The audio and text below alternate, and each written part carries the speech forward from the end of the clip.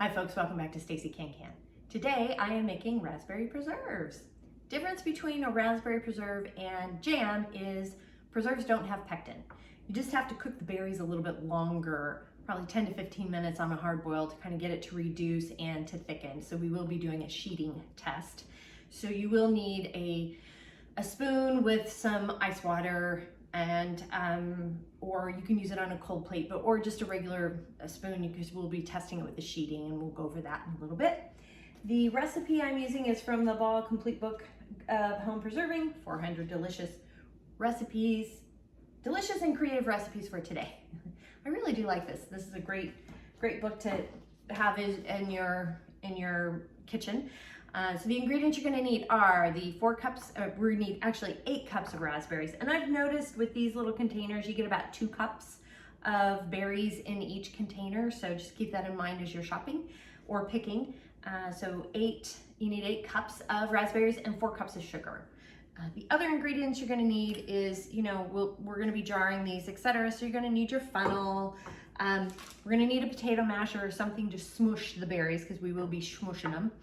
And you need our ladle, our lid lifter, jar lifter, Headspace tool, and I do have a ruler here. I just like to kind of keep one handy just so I can double check and measure, making sure we have at least an inch of water over the jars in the canner. Maybe you can eyeball better. I just don't. So with all of that, let's go ahead and get started.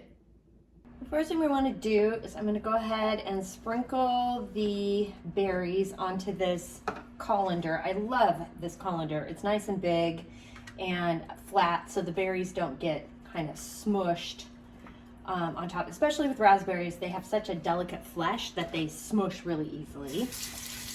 And then I'm going to give them we'll give them a quick rinse. Now I'm measuring out 8 cups of berries.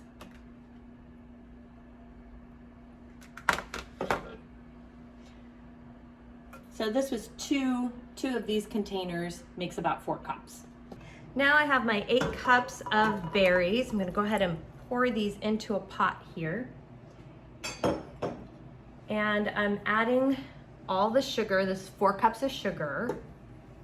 Once you have the sugar added, give it a good stir. We're gonna stir it very well as we mix all the sugar in with the berries. Now that I have the berries stirred, we're gonna set this aside and let it sit for about 10 minutes to help release the juices of the berries. And side note, I had mentioned that we need a potato masher for this. We don't.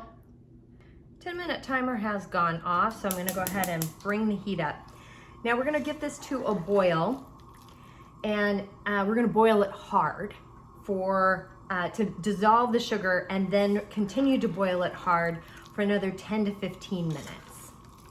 Got it boiling hard here. I'm gonna adjust the heat a little bit so it doesn't boil over a bit. And I've set the timer for 10 minutes, and then after 10 minutes, we'll go ahead and do our sheeting check, making sure, or gel set check.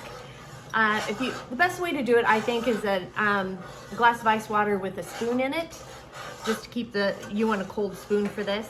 And this is active waiting, so just make sure you're stirring so it doesn't stick to the bottom. 10-minute timer has gone off, so I'm gonna go ahead and cut the heat here. And we're gonna do quickly do our gel sheeting test. So you just take your spoon, and you just wanna gently pour it and see how you're doing. It's not quite there yet, so we're gonna have to, it's still pretty runny.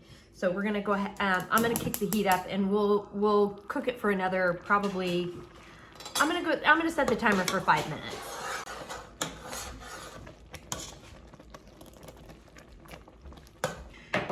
The additional 5-minute timer has gone off. You can tell it's actually a lot thicker than it was. And so I've cut the heat. I'm pulling out the spoon here, and I'm going to do a sheeting.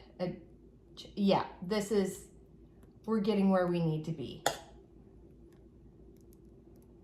Still kind of runny, but I'm gonna go for it with where it's at, because it is falling off onto one sheet. So I'm gonna leave it where it's at. I don't wanna overcook it any more than this, and we'll go ahead and get jarring it up. First thing we're doing is we're getting a jar out of the canner here.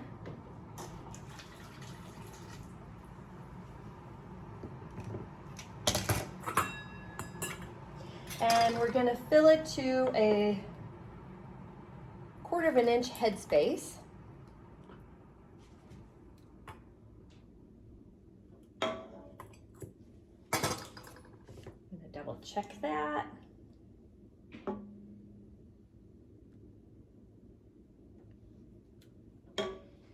Oh, that's a bummer right there.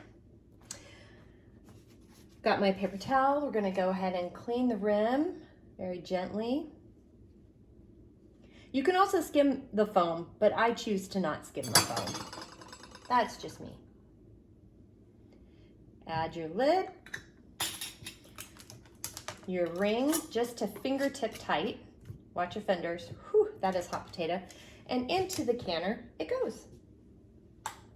Up and over and repeat.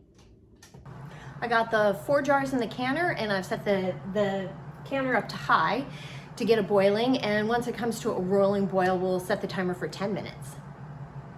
The canner is now boiling, so I've set the timer for 10 minutes. 10-minute timer has gone off, so I'm gonna cut the heat here to the canner, and then I'm gonna gently lift the lid like so.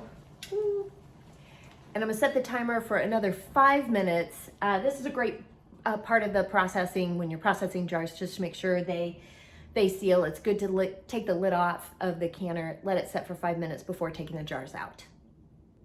5-minute timer has gone off, so we're gonna take the jars out. And remember, just up and over. And check out that color, isn't that pretty? And that, we have a jar that's sealed. And that is how we make raspberry preserves.